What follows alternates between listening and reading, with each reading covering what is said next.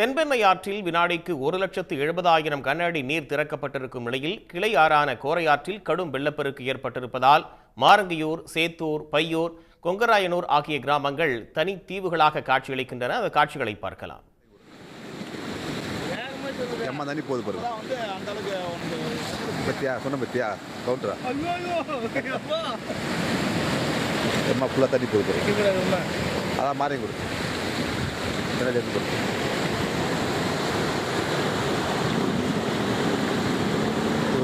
counter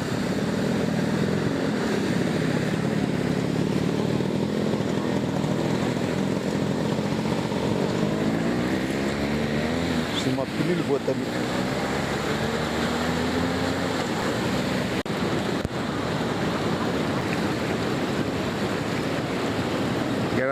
Enathi மலத்தை மண்டகுளத்தில் வந்து மாரியூர் போகிற வழி அந்த இதான் மாரியூர்